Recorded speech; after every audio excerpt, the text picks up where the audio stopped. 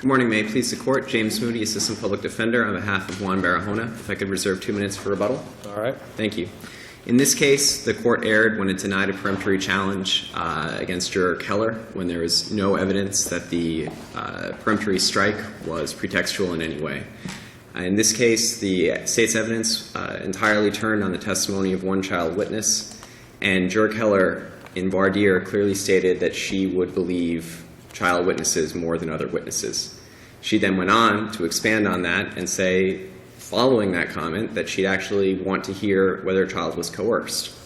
Taking these two comments together, the defense made a valid peremptory strike, saying that they felt that those comments showed that she might need the defense to actually prove coercion, given that she's starting from a place of believing child witnesses. But isn't what was occurred in voir dire and what was brought up sidebar kind of different?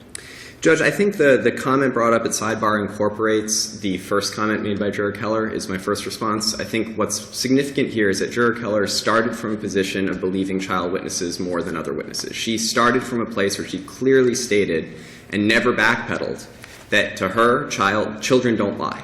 She said she would like to know if they had been coerced, and the question was, well, how are you going to do this? And she said, well, based on the testimony, I don't know exactly. I'll just have to discern it.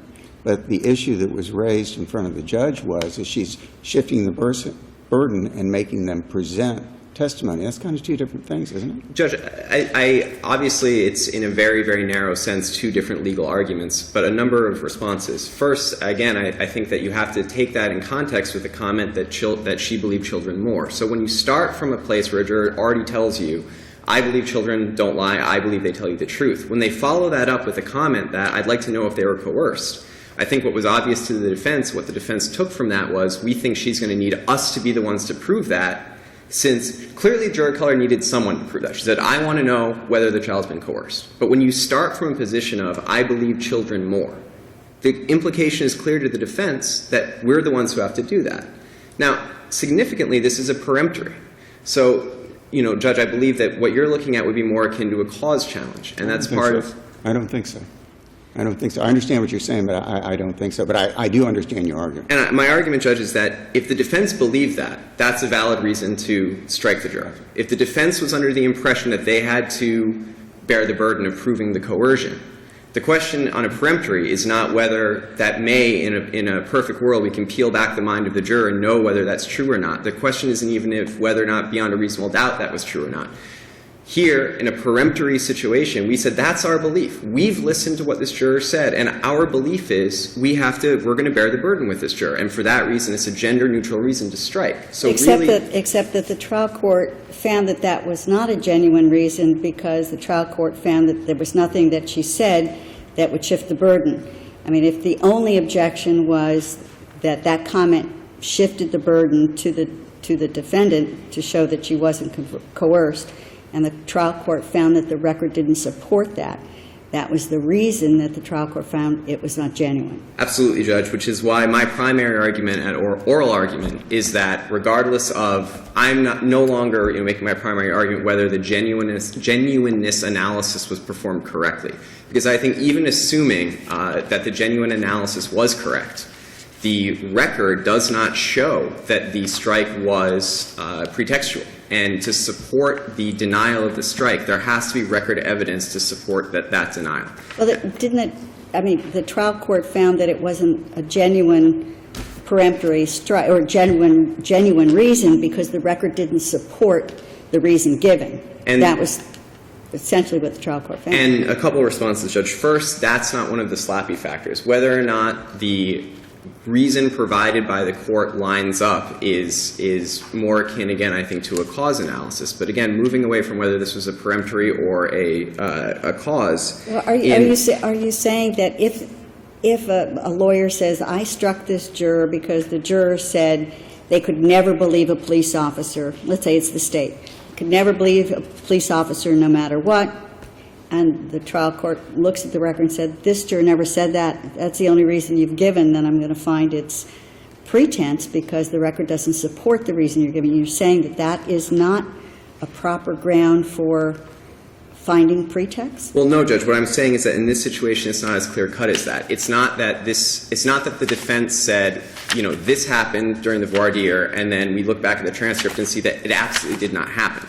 What we have here, which I think changes from Your Honor's example, is that the defense interpreted Ms. Keller's comments a certain way. They said, we listened to that, here's what we took away. Here's our concern with this juror. Here's how we're vocalizing that concern to the court. And the court said, well, I listened to it. I think she actually made a comment after that, which shows me that she's not as biased as you think she is.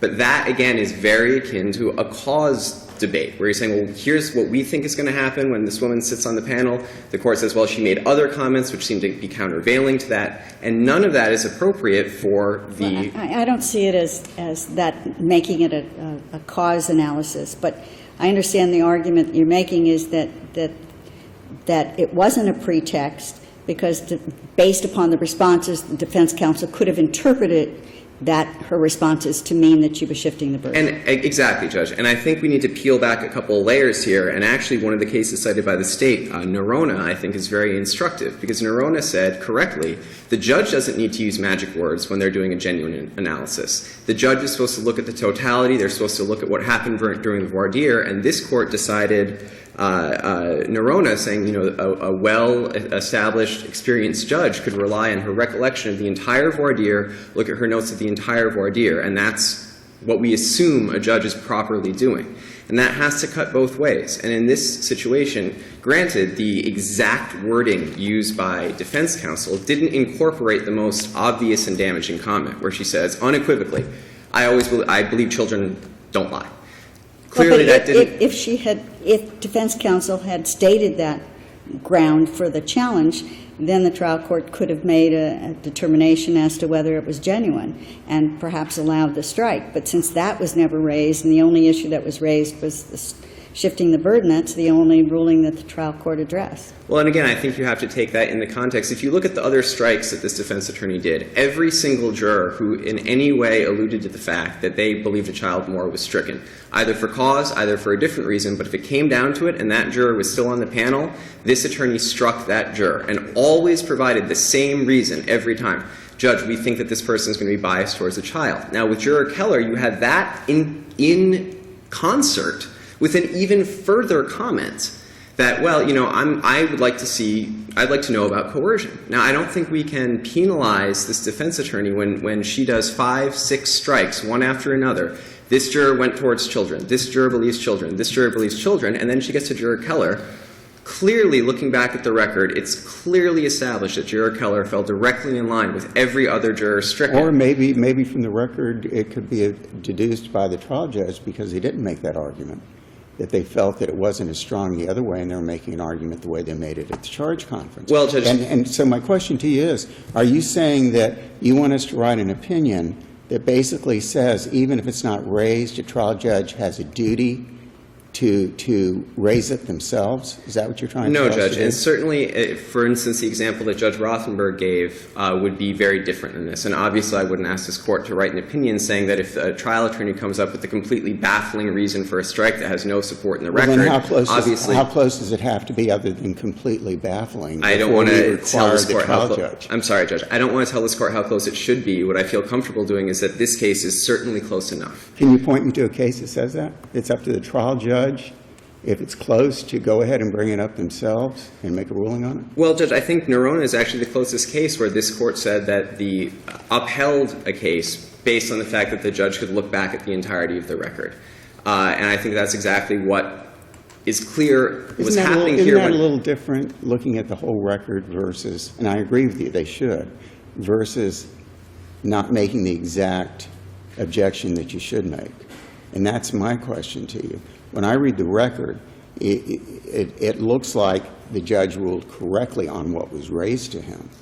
And then where I'm leading up to with you is, it seems to me you're asking us to write a question of law and draw a line in the sand that if the judge hears something and it's not raised, it's the judge's duty to raise it himself. Well, one wrinkle to that, Judge, is this is a case actually different from all the cases where the judge engaged in the Melbourne analysis sua sponte. So the state actually had no objection to this strike whatsoever.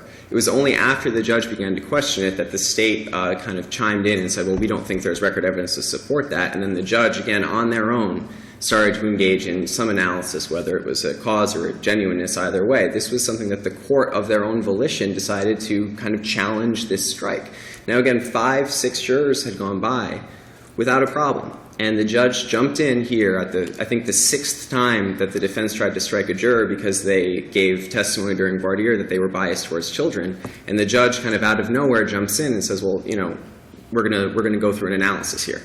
So given that the judge is the one who began this analysis, I think it's fair to say that even though defense counsel might have proffered one particular argument, that if the judge pages before, I mean merely minutes before mentioning her desire for information about coercion, she clearly states, I believe children more. And at the end of the day, and I'll serve the rest of my time for rebuttal, what we know happened on this case was that a juror who said, unequivocally, never rehabilitated, never backpedaled. At the end of the day, a juror sat on this case who says, I believe children tell the truth. Thank you, counsel. Thank you very much. Thank you. You'll have 1 minute for rebuttal. Thank you, Judge. Good morning. May it please the Court. Douglas Glade, counsel on behalf of the State of Florida. The State would submit here that there was no clear error committed by the trial court, and that is the standard of reviews. Clear error, not abuse of discretion. The trial court's finding here of non-genuineness was based on the fact that the reason given was unsupported by the record, unsupported by the jurors' voir dire responses. And that was permissibly within the trial court's realm to do that, to consider that. And that's obviously from the record. That's what the trial judge concluded in finding non-genuineness. And Judge Rothenberg, I believe, with all due respect, she hits the nail on the head with I think the defense raised the slappy factors. And as to the, no slappy factor was present here. But if you look at Melbourne, I mean, they talk about in determining whether a reason is genuine, you look, the relevant circumstances to be considered may include but are not limited to. They list some examples, but it's not an exhaustive list. And I think one of the factors that could be added onto this list, as Judge Rothenberg indicated, is where you have a reason given by the defense that doesn't match any of the responses.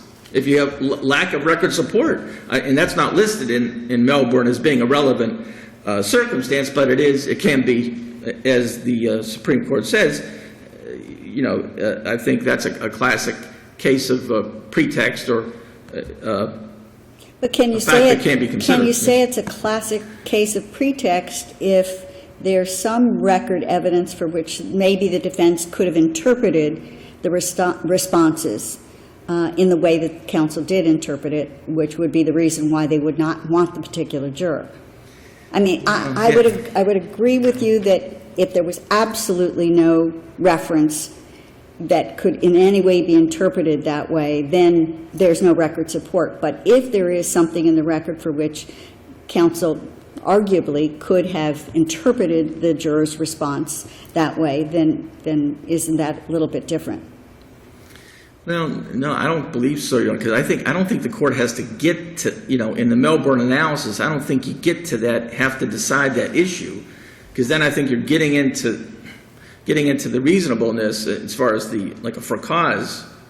I just don't think that's necessary in a Melbourne analysis to get into what defense counsel. You see, the judge is sitting there, and the focus, like they say, of genuineness is credibility. So it's a very when you're talking credibility, like they say, the established laws, the trial judge is in the best position to determine the credibility of defense counsel in these reasons, and it's just tough. I don't think we get to the point of whether you don't have to get to that issue of whether defense counsel could have been right or wrong. I just think that's unnecessary analysis under Melbourne, as I understand Melbourne.